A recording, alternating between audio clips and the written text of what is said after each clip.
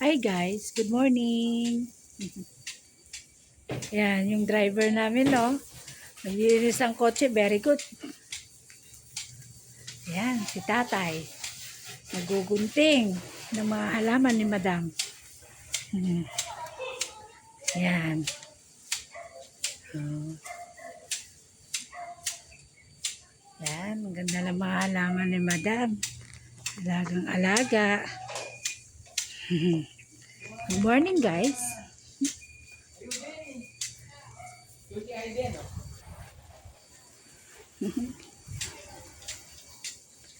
Hi.